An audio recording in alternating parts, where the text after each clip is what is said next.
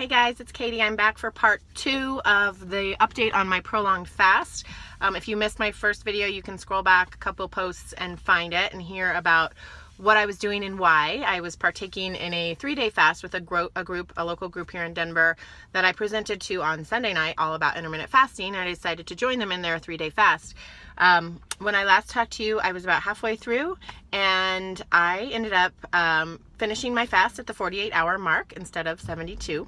So I finished early, and I am actually really happy with what I did and why I made that choice. I do not in any way, shape, or form feel like this was a failure or something that I'm disappointed about. And the reason being is that I feel like I met and exceeded what I was hoping to get from that fast. So going into that fast, and I would recommend this for anybody who goes into a challenge or goes into any sort of something like this, whether it's nutritionally or otherwise, you really need to know why you're doing it, what your goals are and why you're doing it.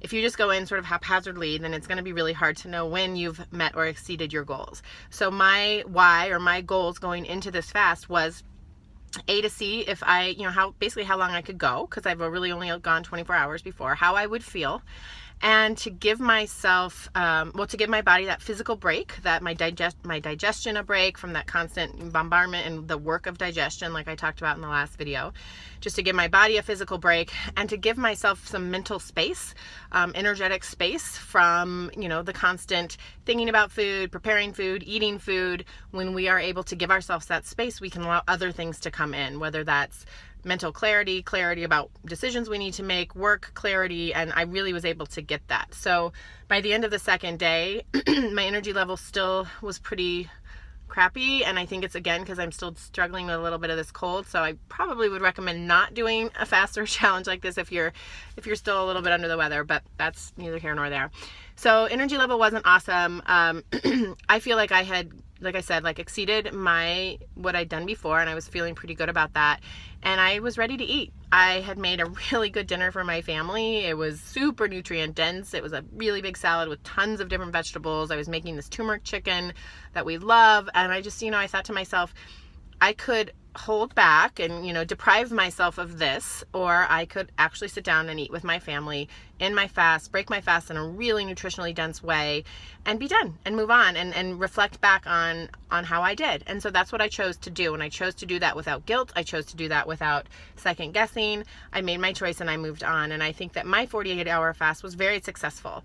I was able to get some just insights again into my eating habits. Even though I've been eating very intuitively, we're still very habitual with the way that we eat, right? So at the end of bar class on Monday, I was already thinking about what I was going to go home and make, which is usually what I do. And I was like, oh, I'm not going to go home and make any breakfast today because I'm not eating.